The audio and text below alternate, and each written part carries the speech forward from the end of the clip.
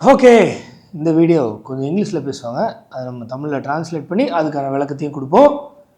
யார் இங்கிலீஷில் பேசினாலே நம்ம ஆர் ஸ்டான்லி தான். வாங்க வீடியோக்குள்ளே போய் பார்க்கலாம்.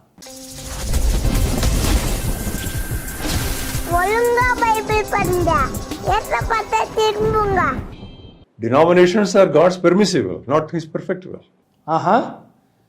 Denomination is God's permissive will, not perfect will. இதுவே ஒரு மோசமான உபதேசம் தான். அதாவது ஆண்டவருக்கு வில்னா என்ன? இஷ்டம், சித்தம் அப்படின்னு எடுத்துக்கலாம். ஆண்டவருக்கு அப்படின்னு ஒரு இஷ்டம் இருந்தது, ஆனால் அதை ஒரு பக்கம் வச்சுட்டு யார் என்ன கேட்டாலும் அதுக்கேற்ற மாதிரி அவருடைய சித்தத்தை மாற்றி பர்மிசிவாக கொடுத்துட்றாரு அப்படின்னு ஒரு உபதேசம். சரி, ஆனால் அது இந்த வீடியோட மெயின் டாபிக் இல்லை, அதனால் அதை அப்படியே கடந்து போவோம். But denominations, okay, let them be there. God has permitted it, but denominationalism is definitely wrong.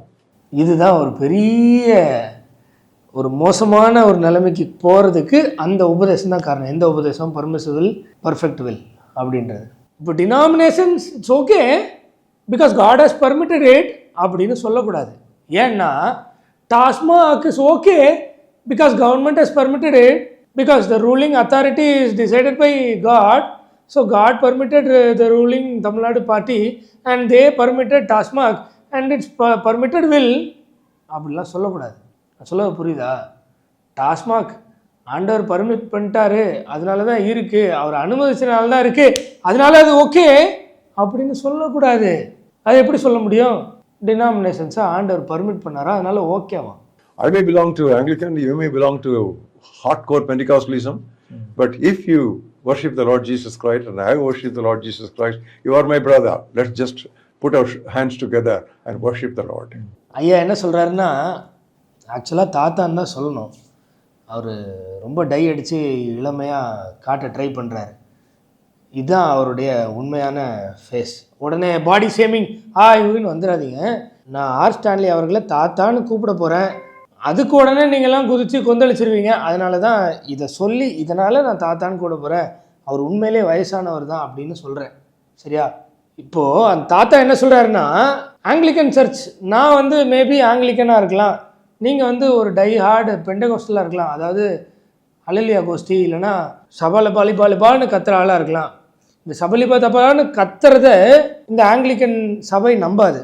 இந்த ஆங்கிலிக்கன் சர்ச்சுன்னு சொல்கிறாங்களே, அதில் குழந்தை ஞானஸ்தானம் பொதுவாக காமனாக இருக்கும். அதை இந்த பெந்தகோஸ்தே இது ஏற்காது. வேதத்தின் அடிப்படையில் இது ரெண்டையுமே ஆண்டவர் ஏற்க மாட்டார்னு வச்சுக்கோங்களேன். அது ஒரு பக்கம் இருக்கட்டும். தாத்தாவோட கூற்றின்படி என்ன சொல்கிறாருன்னா, என்னவா இருந்தால் என்ன, நான் ஆங்கிலிக்கனாக இருந்தால் என்ன, அவர் பெந்தகோஸ்தேவாக இருந்தால் என்ன, ஆஸ் லாங் ஆஸ், அதாவது இயேசுவே அப்படின்னு நான் இயேசுவே ஆராதிக்கிறதுனால நாங்கள் எல்லாம் ஒன்றா தான் இருக்கணும் அப்படின்னு சொல்கிறார். இது வேதத்துக்கு முற்றிலும் புறம்பானது, ஒரு துளி கூட சரியானது அல்ல. ஏன்னு இறுதியில் வசனங்களோட பார்ப்போம். இப்போ தொடர்ந்து தாத்தா என்னென்ன சொல்கிறாருன்னு பார்ப்போம்.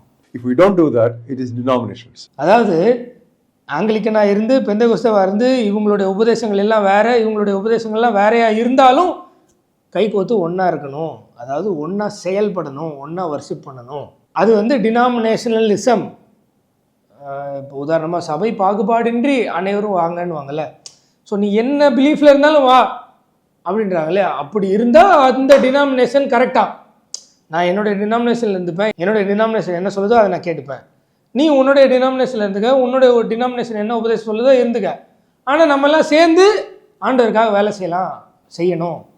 அப்படி இருந்தால் அது ஓகே அப்படின்றாரு.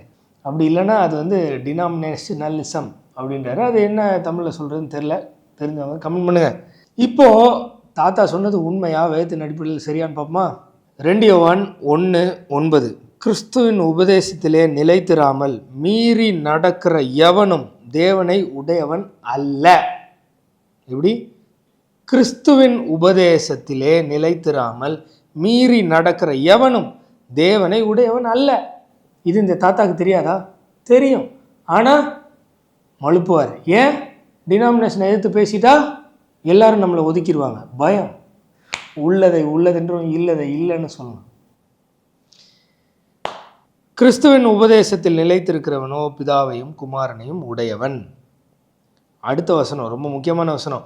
ஒருவன் உங்களிடத்தில் வந்து இந்த உபதேசத்தை கொண்டு வராமல் இருந்தால் அவனை உங்கள் வீட்டிலே ஏற்றுக்கொள்ளாமலும் அவனுக்கு வாழ்த்துதல் சொல்லாமலும் இருங்கள். அவன் வீட்டில் சேர்க்காதீங்க, அவங்களுக்கு வாழ்த்துதல் சொல்லாதீங்க. அப்படின்னா அவங்கள வெறுத்துருங்க.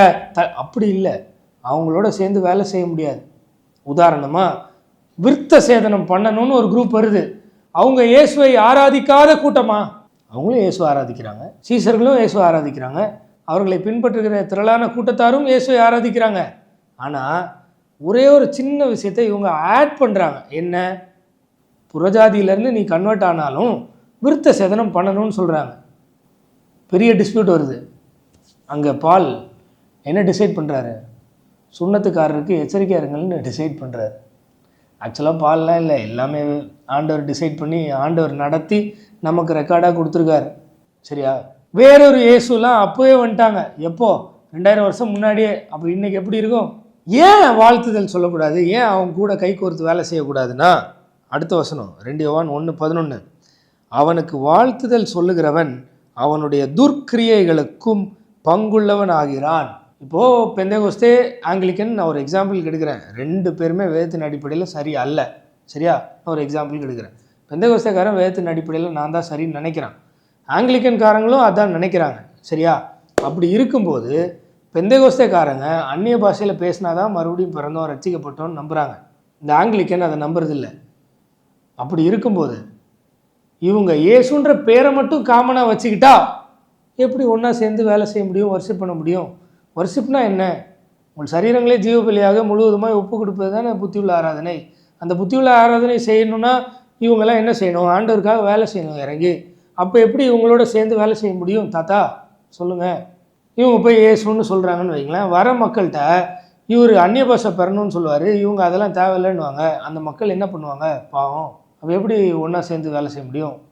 அது எப்படி டினாமினேஷன் பர்மிசிபிள், டினாமினேஷனலிசம் அது வந்து தப்பு அப்படின்னு நீங்கள் எப்படி சொல்ல முடியும்? ஏன் உங்களே நான் கேட்குறேன், இயேசுவின் பேரை சொல்லி கும்பிடுறது இந்த பிரண்ணம் டீம்னு வச்சுக்கோங்க, அவங்க இயேசுவை தான் கும்பிடுறாங்க. இல்லை இந்த ஒன்னஸ் பெண்டகாஸ்ட்னு சொல்லக்கூடிய உங்கள் அனைவராலும் ஒன்லி ஜீசஸ்ன்னு போற்றப்படக்கூடிய ஒரு மோசமான கும்பல் இருக்குது. இந்த பக்கம் பிரண்ணம் அவங்கள ஃபாலோ பண்ணுற இன்னொரு மோசமான கும்பல் இருக்குது. அவங்களோட நீங்கள் கை கோர்த்து சூப்பர் அப்படின்னு சொல்லிடுவீங்களா? அவங்களோட சேர்ந்து நீங்கள் வேலை செய்வீங்களா? பிரண்ணம் தான் தீர்க்கதரிசின்னு இவன் சொல்லுவான், பிரண்ணம் இல்லாமல் ரட்சிப்பு இல்லைன்னு சொல்லுவான், பிரண்ணம் மூலமாக தான் உங்களுக்கு ஆண்டவருடைய வருகையே தெரியும்னு சொல்லுவான். இதெல்லாம் நீங்கள் ஏற்றுப்பீங்களா? அவங்களோட நீங்கள் கை கோர்த்து செய்ய முடியுமா? ஆனால் நீங்கள் செய்வீங்க. எப்படி தெரியுமா? இதோ பாருங்கள், என் மனைவி சொன்னாள், ஒரு வினாடி ஆண்டவர் என் கண்களை திறந்தார். அருமை சகோதரியை நான் பார்த்தேன். அவர்கள் சிவப்பு நிற புடவையோடு அதில் கிரீன் பார்டரோடு, இப்போ ஒரு மனவாட்டியாக அவங்க சொன்ன வேர்டு, மனவாட்டியாக மனவாளனை அவன் சந்திக்கிறா என்று கர்த்தர். அதை தான் இவங்க சொல்கிறாங்க ஒரு கல்யாணம் அப்படின்றாங்க. கை வைத்தாண்ட சோத்திரம் பண்ணிடு.